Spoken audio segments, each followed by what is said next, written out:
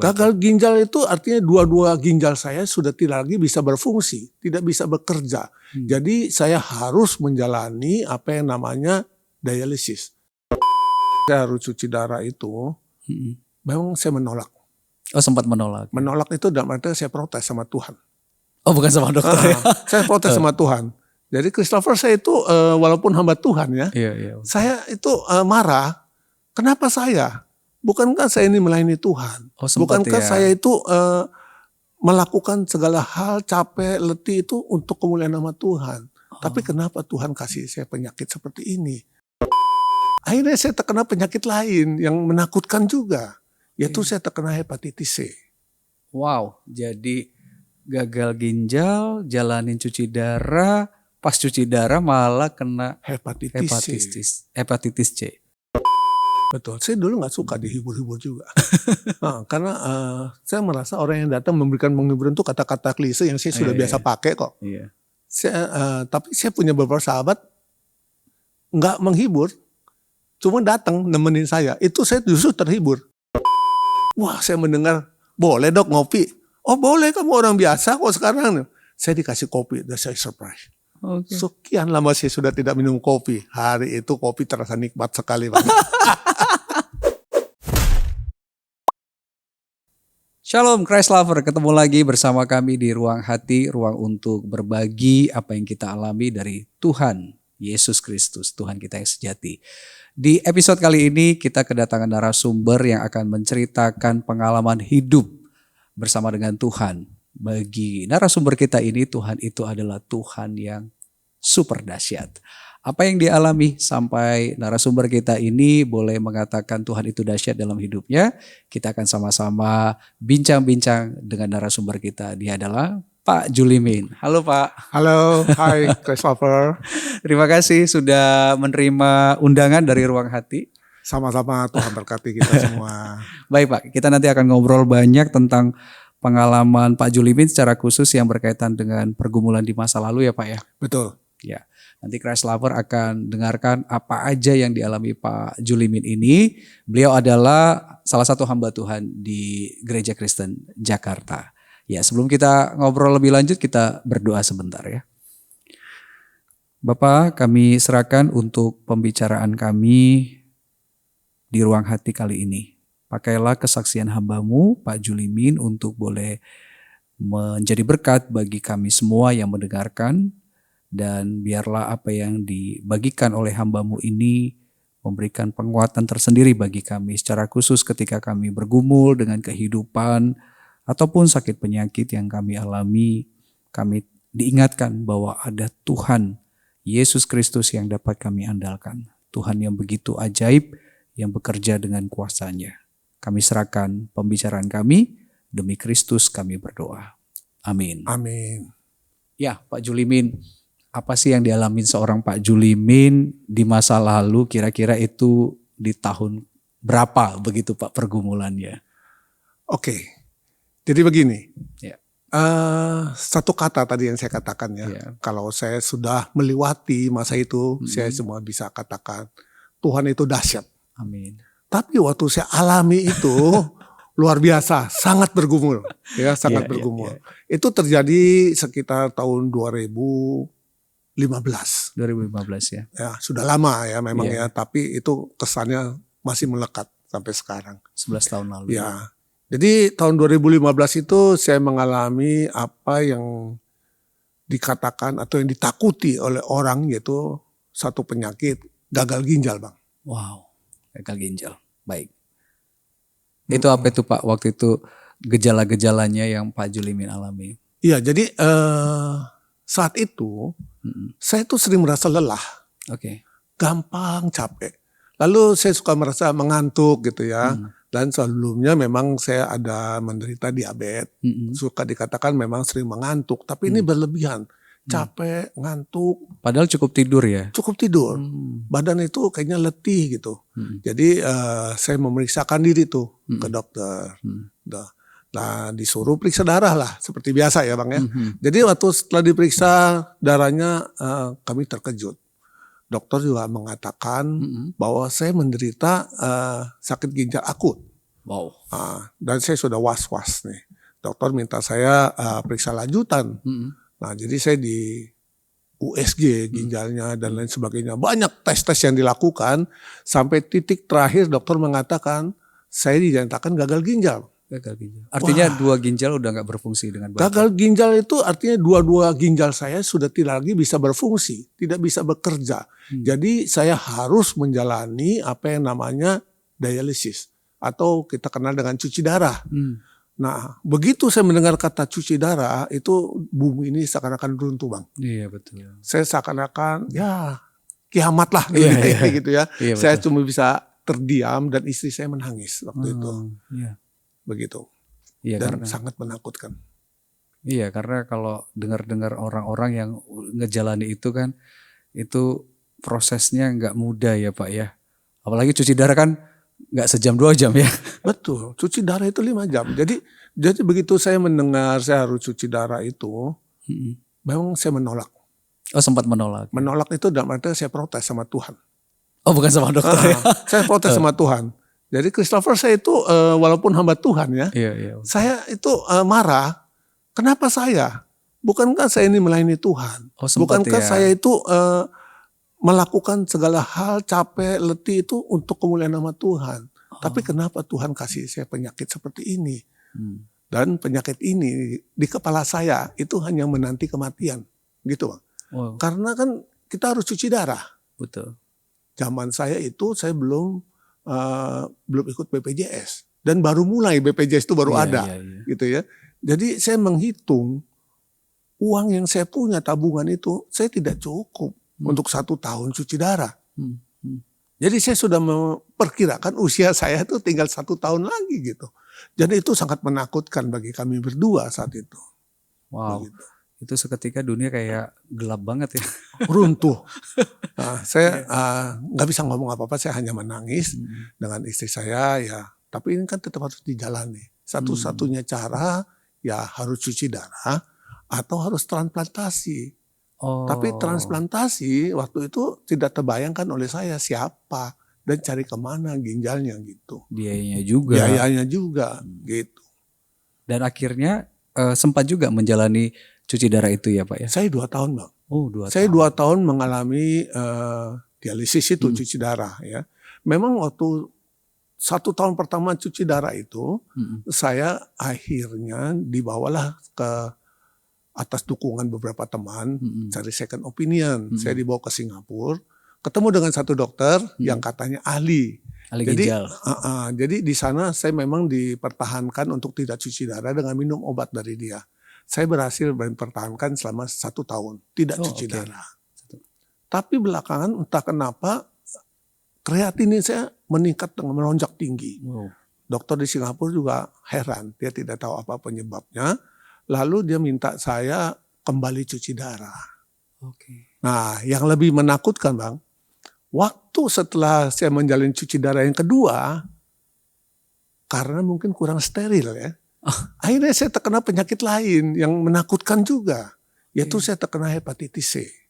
Wow, jadi gagal ginjal, jalanin cuci darah, pas cuci darah malah kena hepatitis C. Nah, waktu itu dokter mengatakan saya harus dibereskan hepatitisnya dulu. Gak bisa berbarengan ya Pak ya? Ya, sembari berbarengan itu tetap cuci darah, tapi saya harus mengobati. Dan waktu itu hepatitis C itu belum ada obatnya. Zaman itu ya, 2015, 2016 jadinya. Nah, akhirnya dokter itu memberitahu saya bahwa ada riset di Amerika sudah ditemukan obatnya, baru ditemukan. Dan mahal sekali Bang obatnya. Berapaan Pak? Itu harganya hampir 1 miliar. Saya bilang mana mungkin saya beli obat ini kan. Saya bilang dokter ini ya udahlah. Saya bilang ini mah artinya kiamat kedua nih akan terima gitu ya. Tapi dokter ini memberikan saya satu dokter di Singapura cukup baik ya. Dia membesarkan hati saya. Dia katakan coba cari di India. Karena di India sedang meriset obat ini sedang diturunkan untuk yang lebih murah, yang bisa lebih terjangkau. Nah, coba saya diminta cari generiknya di sana. Nah, jadi saya berusaha lah mencari. Nah, itu gimana ngelinknya ke India itu Pak? Nah itu saya tadi nggak tahu, saya kan bingung ya. Akhirnya saya ada seorang sahabat saya juga baru tahu bahwa dia itu perusahaan obat, pabrik obat. Okay. Sebelumnya saya tidak tahu dia usahanya apa. Okay. Lalu dia katakan, saya bantu kamu cari. Nah saya katakan dia, saya minta kamu carikan yang generiknya ya, yang kemungkinan yang kita masih sanggup beli, bayar. Iya, dia katakan, oke, tenang aja.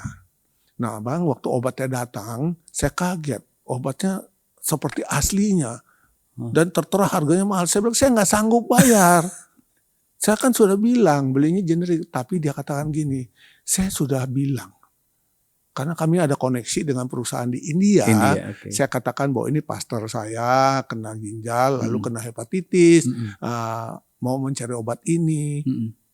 Nah inilah Tuhan dahsyat. Okay. Dia katakan begini, tiba-tiba dia katakan, baik, kami ada 3 botol obat, silakan dicoba sekalian mungkin ya untuk dicoba. Kamu bawa untuk pastor kamu, kami kasih free. Semacam sampel ya? Semacam sampel, tapi itu bukan sampel asli, obat asli dia bilang. Ini baru ditemukan dan baru diturunkan. Dia kasih saya pakai. Nah waktu saya dapat itu saya juga kaget ya. Saya bawa tuh ke dokter saya di Singapura. Dokter di Singapura pun kaget. Dia katakan, lah ini persis sama aslinya. Kamu bisa dapat dari mana? Saya nggak bisa berkata-kata. Saya cuma katakan dari Tuhan dok. Tuhan yang kasih. Saya katakan gitu ya. Okay. Dan saya minum, memang sembuh total. Sembuh total. Sembuh total. Jadi saya lanjutkan cuci darah dan hepatitisnya selesai. Iya. Tapi saudara waktu itu saya entah kenapa kreatinin saya tiba-tiba melonjak tinggi sekali. Iya. Dan saya kolaps. Saya dilarikan. Waktu itu saya sedang berlibur. Okay. Saya sedang berlibur diajak seorang teman karena kasihan lihat saya tuh. Saya diajak naik kapal pesiar ke Singapura. Keliling lah ya. Nah lalu di kapal pesiar itu saya sudah tahu saya harus cuci darah. Saya sudah atur. Sampai di Port Klang saya akan cuci darah. Ternyata sampai di sana nggak bisa cuci darah. Ngantri penuh. Jadi saya terpaksa masuk lagi ke kapal berlayar. Saya pikir sampai di Bangkok. Gitu. Tengah malam saya kolaps. Pingsan. Saya nggak bisa nafas. Saya cuma nggak bisa tidur, nggak bisa nafas. Saya berdiri. Pagi-pagi begitu nyampe Bangkok saya dilarikan ke rumah sakit. Lalu bukan di Bangkok, waktu itu di rumah sakit Bangkok, tapi itu ada di Phuket, di Pulau Phuket itu. Saya dibawa langsung turun kapal, dilarikan masuk ICU. Dan di situ 2 kali cuci darah. Ditarik darahnya banyak, airnya banyak sekali, sudah bengkak semua gitu ya. Lalu dokter itu mengatakan ini nggak bisa, you mesti ditransplant. Oh jadi dokter di Thailand ya? Di Phuket itu, di Phuket, rumah sakit Bangkok rumah itu. sakit Bangkok. Lalu saya ditanya, dokternya siapa yang pegang? Saya bilang dokter Singapura. Lalu saya dilarikan ke Singapura, dibalikan ke dokter itu. Lalu dokter itu periksa saya, dikatakan memang ini terlalu tinggi. Saya waktu itu sampai angka 12 kreatininnya. Kan kita harusnya 1 di bawah 1 ya, saya 12. Jadi dokter bilang, yuk nggak bisa lah, lu nggak tahan tubuhmu, cobalah cari transplant.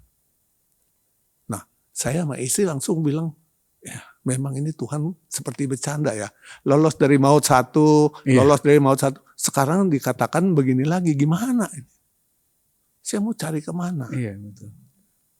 Ada yang menawarkan ginjal-ginjal, tapi kan istri saya waktu itu ya keberatan. Maksudnya kalau itu memang orang rela memberi nggak apa-apa. Tapi kalau itu orang terpaksa atau kita paksa membeli kan nggak baik iman Kristen gitu ya. Benar. Jadi istri saya mau mempersembahkan ginjalnya ke saya. Tapi nggak dikasih oleh dokter. Memang cocok, tapi tidak boleh karena istri saya darah tinggi. Dia tidak boleh. Ya kami bergumul. Nah ini Tuhan dahsyat Bang. Berdoa, bergumul. Saya bergumul, tiba-tiba seorang sahabat saya, seorang hamba Tuhan mengatakan berita baik. Dia katakan begini. Ada salah seorang jemaat yang sangat terkesan dengan pelayanan saya. Mungkin dia pernah mendapat kebaikan dari pelayanan saya atau apa, saya tidak tahu. Dia katakan dia mau mempersembahkan ginjalnya.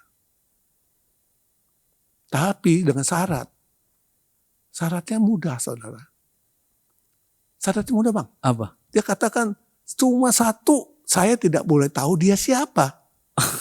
Berarti sampai sekarang nggak tahu ya? Saya nggak tahu. Maka Tuhan tuh dahsyat bisa menggerakkan orang itu memberikan ginjalnya untuk saya. Padahal dia masih muda, anaknya masih kecil. Itu yang saya tahu dari perantara saya, seorang hamba Tuhan juga, sahabat saya. Dia kata, "You nggak perlu tahu supaya kamu nggak utang budi." Saya senang dong. Tapi dokter di Singapura geleng-geleng kepala, Bang. Kenapa itu? Tidak boleh di Singapura.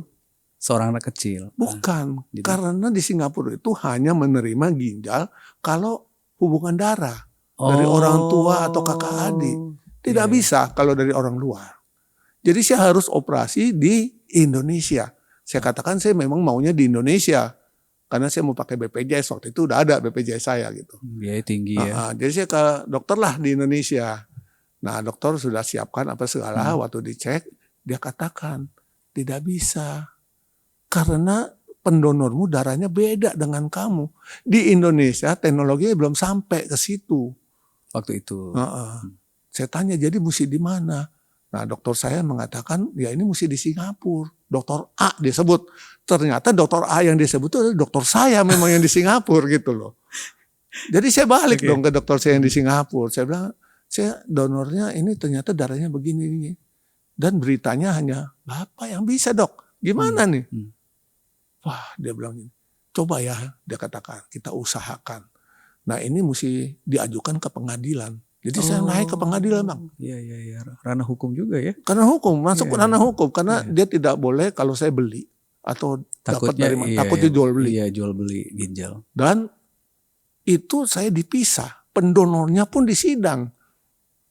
Saya pun disidang gitu. Jadi gak ketemu ya sama pendonor. Gak disamakan, waktunya dibedakan gitu. Betul. Itu 2 kali sidang. Sidang pertama gagal karena dia tidak percaya. Sidang kedua karena yang pendonor yang maksa ingin memberi ginjal dia itu. bilang, kenapa saya mau berbuat baik, kok Singapura tidak kasih? Dia katakan gitu. Singapura oke. Persidangannya di Singapura ya? Di Singapura, itu biaya besar loh Bang. Iya. Saya harus bayar lagi tuh. Saya ingat waktu itu biayanya sekali sidang itu kena 2.500 Sing dollar. Berapa sekarang ya? Gede Bang. Kalau sekarang masih nggak tahu berapa. Iya. Gede. Jadi akhirnya saya 2 kali sidang, akhirnya itu lolos. Waktu lolos tuh gempar Bang. Di Singapura. Masuk berita karena belum ada. Masuk berita. Dan dijadwalkan di rumah sakit bahwa saya akan dioperasi. Saya waktu itu operasi di Mount E. Dan itu jadi pembicaraan di Mount E. Bahwa ada peristiwa, ada orang mempersembahkan ginjalnya untuk seseorang lain. Padahal bukan saudara. Dan itu jadi pembicaraan di Singapura. Dan saya katakan, inilah kekristenan saya katakan. Dan dokter itu mengatakan, saya memang heran dengan orang Kristen kok mau ya seperti itu. Maka itu saya katakan Allah itu dahsyat Bang. Allah itu dahsyat. Amin luar biasa. Kalau dia mau bekerja tidak ada yang bisa. Nggak ada yang mustahil ya. Tidak ada yang mustahil. Betul.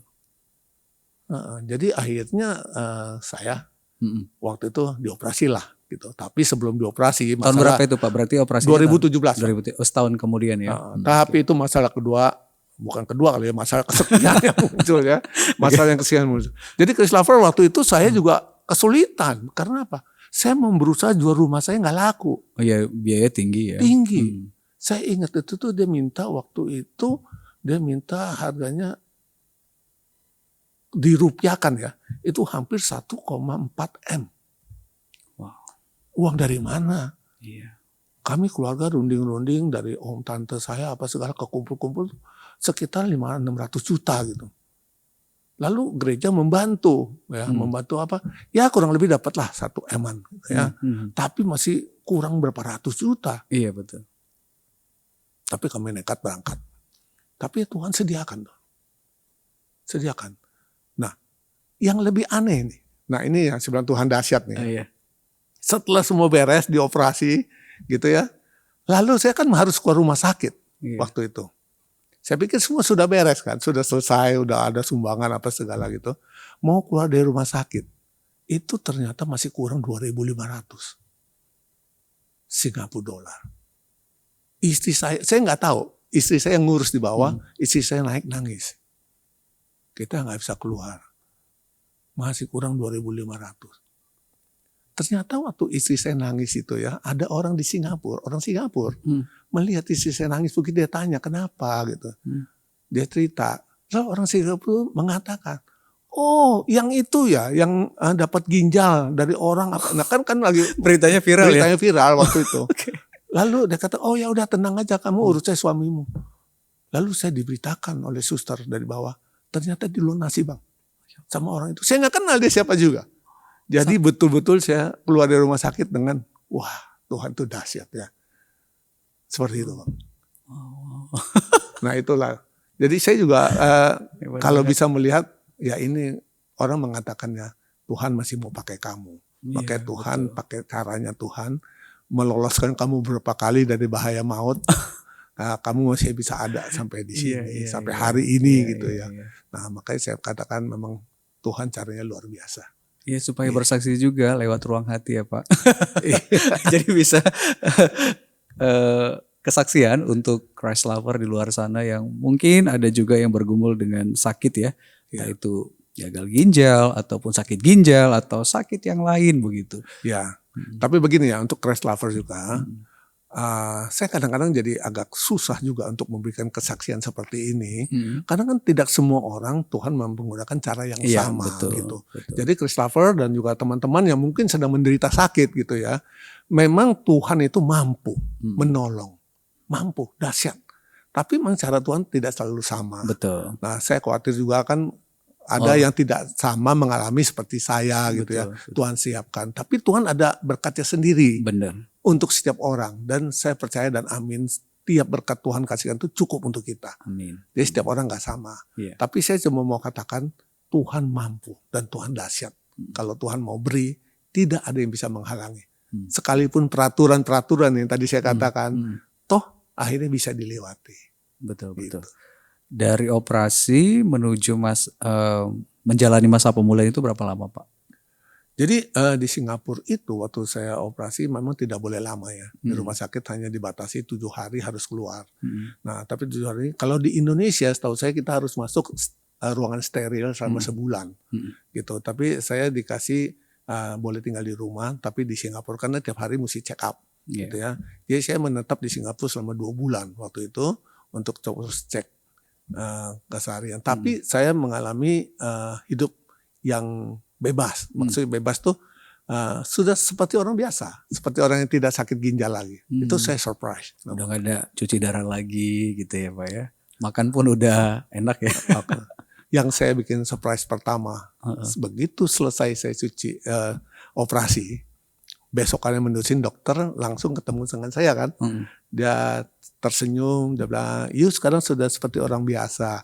Kamu sudah lama gak makan enak kan?" Dia kata. "Kamu mau apa? Mau kopi gak?" Wah saya mendengar, "Boleh dok ngopi." "Oh boleh, kamu orang biasa kok sekarang." Saya dikasih kopi, dan saya surprise.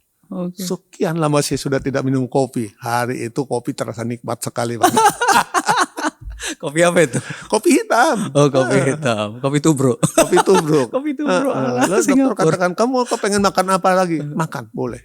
Saya tanya, "Dok boleh durian gak?" "Boleh." Saya kasih durian juga. Musangke. Luar biasa. Jadi memang diizinkan. Cuma memang dokter sih katakan kamu boleh makan, tapi ingat jangan terlalu banyak. Icip-icip aja lah dia bilang. Jadi sebetulnya kita bolehlah menikmati asal kita tahu lah batasan. Berlebihan ya. Jangan berlebihan. Oh jadi masa pemulihan itu 2 bulanan lah ya. 2 bulanan. 2 bulanan terus balik ke Indonesia. Balik Indonesia. Setelah itu setiap 2 bulan atau 3 bulan sekali saya cek ke sana untuk cek kondisi ginjal sampai selama setahun. Saya masih bolak-balik ke Singapura. Rutin minum obat. Sampai sekarang gimana Pak? Kalau minum obat itu rutin. Jadi sampai hari ini saya tetap rutin minum obat karena begini Bang. Ini saya katakan ya, memang Tuhan kita itu ajaib ya. Tuhan itu dahsyat. Ternyata Tuhan menciptakan sekian banyak manusia ini spesifik Bang. Jadi tubuh kita itu mengenal barang itu barang kita pribadi. Jadi saya ditransplant ada organ lain, tubuh saya tahu itu bukan saya punya. Saya setiap orang itu unik, punya miliknya sendiri.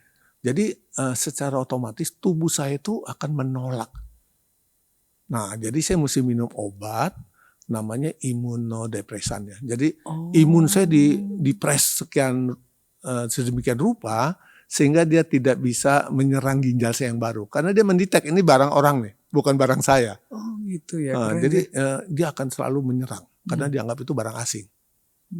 Jadi saya mesti ditekan imun saya untuk bisa menerima ginjal itu sebagai bagian dari tubuh saya.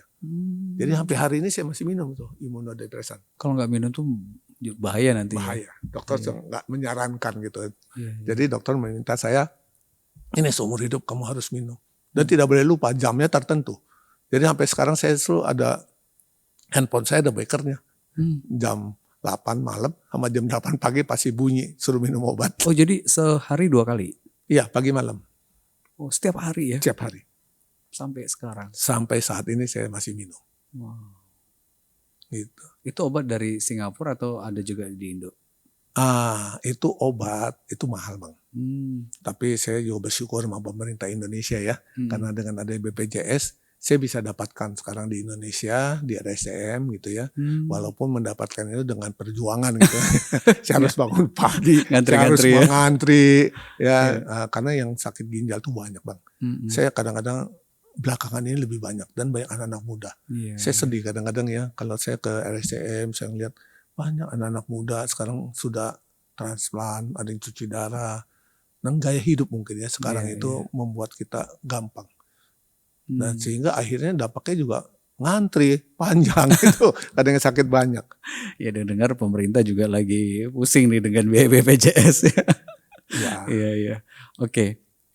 Pak Julimin, waktu ngejalaninnya kan tadi Bapak bilang itu nggak mudah ya.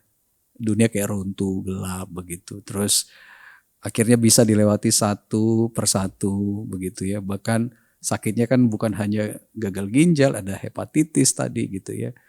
Kalau Bapak boleh sharing nih ke kita supaya Pak Julimin itu bisa tegar, kuat menghadapi itu, apa sih yang Pak Julimin lakukan? Jadi itu saya mulainya dari waktu saya cuci darah sebetulnya. Waktu cuci darah itu saya sebenarnya udah hopeless lah. Saya bilang Tuhan kalau mau mati, mati aja lah. Gitu ya, siapkan aja istri saya untuk jadi seorang janda yang baik gitu ya. Lalu saya udah gak tahan juga. Tapi Tuhan seakan bicara sama saya, soal mati itu bukan urusan kamu. Ya. Cuma kamu selama masih bisa ada napas, apakah kamu mau begini aja? Tidur aja, frustasi aja, mengeluh gitu ya. Seperti ya Elia ya, atau depresi gitu ya. Apa mengeluh seperti itu. Ataukah kamu mau tetap melakukan bagiannya kamu. Nah saya terus disadarkan. Mulai dari saat itu, sekarang setiap saya cuci darah waktu itu saudara, saya itu jalan, gak tiduran. Jadi bukan ke kamar ya, kan kita rame-rame lorong ya, ke ranjang sebelah yang sama-sama cuci darah, saya memberikan penghiburan kepada mereka. Jadi saya ajak mereka ngobrol, doakan mereka. Saya sih bahasanya waktu itu sih begini, kita itu semua orang sama sakit. Kita kan cuma nunggu waktu Tuhan. Jadi siapa yang jalan dulu kita nggak tahu. Setelah kita bisa, kita saling doa. Kadang-kadang kita sedih ya. Kadang-kadang di ranjang situ udah baru kemarin lewat. Nah tapi kita bisa berdoa gitu, saling menguatkan gitu.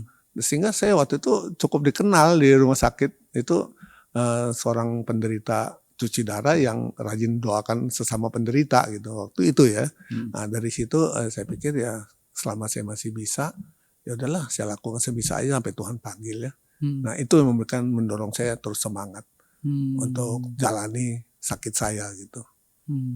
Nah dari situ terus sampai ke sini saya masih jalanin terus dengan pemikiran ya memang mati hidup tangan Tuhan lah ya. Cuman sekarang itu kan second life ya, kehidupan kedua yang Tuhan kasih. Nah jadi kita mesti tahu lah bahwa musuhnya Julimin itu udah gak ada, udah mati gitu ya. Kalau sekarang ada itu ada karena bonus dari Tuhan yang harus saya kerjakan kembali untuk kemuliaan nama Tuhan. Itu aja saya kerjakan gitu. Nah itu yang mendorong saya satu ini ya, satu rahasia ya. Jadi Christ Lover tidak ada kata menyerah sebenarnya ya. Untuk kita menghadapi apapun pergumulan kita itu. Tapi bisa justru lewat pergumulan itu kita bisa tetap bersaksi tentang Tuhan. Ya, nggak harus ngomong banyak gitu ya. Doain orang, hibur orang begitu. Betul. Saya dulu nggak suka dihibur-hibur juga. Karena saya merasa orang yang datang memberikan penghiburan itu kata-kata klise yang saya sudah biasa pakai kok. Iya. Tapi saya punya beberapa sahabat nggak menghibur, cuma datang nemenin saya. Itu saya justru terhibur. Saya merasa ada seseorang di sebelah saya gitu ya, nemenin saya sampai sore dia pulang gitu. Nah, adalah sahabat-sahabat yang bergiliran mereka datang nemenin tanpa penghiburan kata-kata ya, tapi kehadiran mereka tuh memberikan penghiburan sama saya. Lalu satu hal yang membuat saya tahan gitu ya, ini juga untuk Chris Lover semua ya. Jadi begini, saya punya pikiran begini, saya minta hidup, kalau Tuhan bilang enggak, saya selesai kok. Iya. Tapi banyak orang yang saya kunjungi minta mati, malah berdoa minta Tuhan angkat, gak mati-mati. Jadi sebetulnya apa sih gini? Saya minta doa terus supaya sembuh, atau ada orang yang minta mati, semua di tangan Tuhan kok. Betul. Nah jadi akhirnya percuma lah kita mengeluh atau takut atau gelisah gitu ya. Toh kita gak bisa tentukan gitu. Kapan kita meninggal atau gak meninggal, kapan kita sehat atau sembuh. Semua di tangan Tuhan. Betul. Yang bisa apa? Jalani hari ini. Maka saya suka menghibur orang-orang yang sakit ginjal. Bagi saya itu adalah begini, hari ini masih hidup, itu adalah bersyukur pada Tuhan. Besok kita nggak tahu. Itu pedoman kita waktu sakit ginjal. Semua orang sakit ginjal saya kasih tahu. Masih ada hari esok, kita nggak pernah tahu. Tapi hari ini kita jalani, kita syukuri. Jadi tiap malam itu kita doanya cuma bersyukur satu hari lagi sudah lewat. Besok serahkan ke dalam tangan Tuhan. Kami tidak tahu. Besok masih hidup nih. Jalanin aja udah kehidupan itu. Malam bersyukur lagi. Besok nggak tahu. Nah itu yang membuat saya kuat sehari lewat sehari. Ya kayak khotbah Tuhan Yesus ya. Jangan khawatir akan hari esok. Ya. Betul. Sehari cukup sehari. Iya benar. Besok urusan Tuhan. Urusan lain lagi. Iya. Iya. Jadi itu salah satu rahasia Pak Julimin juga ya, bisa lebih kuat menghadapi pergumulan saat itu begitu ya. Dan bisa menguatkan kita lah, Christ Lover ya. Kadang-kadang kita dalam pergumulan entah apapun bentuknya, termasuk sakit, itu pengen cepat-cepat semuanya selesai. Iya betul. Nggak mau ngejalani prosesnya begitu ya. Justru Tuhan izinkan itu terjadi supaya kita banyak diproses. Ya. Oke, Pak Julimin, itu kan 2017 operasi, pemulihan. Nah, terus bagaimana dengan aktivitas setelah itu, Pak? Ada ininya nggak sih pengaruh-pengaruh hasil transplantasi? Misalnya ada perubahan-perubahan apa dalam diri Pak Julimin? Jadi gini, waktu di Singapura itu ya, memang waktu operasi itu kita dipertemukan dengan psikolog. Dia mempersiapkan kita. Dia mengatakan begini, ini kan organ ya, kalau mengganti organ tuh kadang-kadang organ tuh membawakan sifat atau gen yang bukan kamu punya mungkin ya. Nah, dari si pendonor bisa ada perubahan-perubahan yang kamu mesti siapkan dalam dirimu. Nah waktu saya selesai dioperasi saya cukup kaget. Nada suara saya berubah kayak perempuan. Jadi saya kaget gitu, kok suara saya begini ya? Apa jangan-jangan pendonor saya perempuan kali ya, saya menerka. Saya kan nggak pernah tahu sampai saat ini perempuan atau laki saya nggak tahu. Cuman belakangan saya tahu dia laki gitu ya. Nah cuma memang ada perubahan. Nah yang lebih terasa sekali oleh saya sekarang. Dulu tuh saya nggak begitu bisa nyanyi. Ngambil nada itu suka salah apa. Tapi sekarang saya lumayan nyanyi gitu. Nyanyi dong, dan Pak. saya ikut paduan suara sekarang itu. Dan saya senang menyanyi sekarang itu karena saya rasa saya bisa nyanyi. Nah teman dalam hati saya bilang, ini pendonor saya ini pinter nyanyi ini. Makanya saya bisa nyanyi sekarang. Dan Tuhan pakai itu. Dan bervibra lagi. Karena Pak Julimin kalau nyanyi vibranya gitu ya. Mungkin karena orang itu, bukannya saya sebetulnya. Gitu. Saya nggak bisa gitu. Gitu. Jadi memang seperti itu. Jadi ada hal-hal ya yang memang Tuhan berikan lah ya melalui sakit ini. Dan juga memang pengalaman-pengalaman sakit yang tidak enak ini ya. Sebetulnya itu menjadi satu kekuatan untuk kita sekarang di dalam pelayanan kita sekarang. Gitu. Jadi saya kalau sekarang pernah mengalami sakit yang berat-berat. Waktu saya menghadapi orang yang sakit berat, sekarang tuh saya bisa mengerti mereka. Dan saya bisa lebih bicara dengan mereka bagaimana jalaninya. Dan bisa merasakan lah penderitaan mereka. Dan itu menjadi modal yang tidak semua orang miliki. Karena kalau belum pernah ngalami kan susah ya Bang ya. Iya, betul, tapi betul. kalau udah ngalami gitu kita tahu bagaimana perasaan orang itu menghadapi maut. Dan mengalami ketakutannya gitu. Saya alami. Jadi saya bisa mendampingi mereka. Gitu. Tanpa harus banyak kata-kata ya Pak. Iya. Benar-benar. Rasa empatinya itu jauh lebih dapat. Iya, terasa banget karena udah melalui. Oh, jadi ada perubahan-perubahan ini ya dalam diri Pak Julimin dari yang nggak bisa nyanyi. Jadi bisa nyanyi. Saya baru tahu. Lebih modis lagi. Dulu saya itu sembarangan, sekarang tuh lebih modis. Kayaknya lebih genit kali ya, lebih berdandan. Iya. Oke. Lucu juga ya Pak. Sisi lucunya juga. Sorry Pak ya. Karena memang tadinya saya nggak tahu kalau Pak Julimin itu memang dulunya nggak bisa nyanyi. Saya kira memang udah bisa nyanyi gitu kan ya. Dengar Pak Julimin nyanyi itu, suaranya Pak Julimin ini bagus lah begitu ya. Ada vibra. Oh ternyata ada ngaruh dari transplantasi itu ya. Dari pemilik ginjal mungkin. Dia seorang yang pintar nyanyi mungkin. Oke. Nah terus sekarang pun Pak Julimin ya dari sejak operasi itu melihat orang-orang yang sakit, khususnya sakit-sakit berat ya, bisa lebih memahami mereka. Gitu ya. Bahkan memberikan seorang Pak Julimin itu modal yang jauh lebih kuat menghadapi pelayanan ya. Iya. Khusus untuk pendampingan begitu. Pendampingan. Ya itu bisa kita buktikan sih. Pak Julimin memang kalau soal pendampingan memberi perhatian banget lah untuk bagian itu.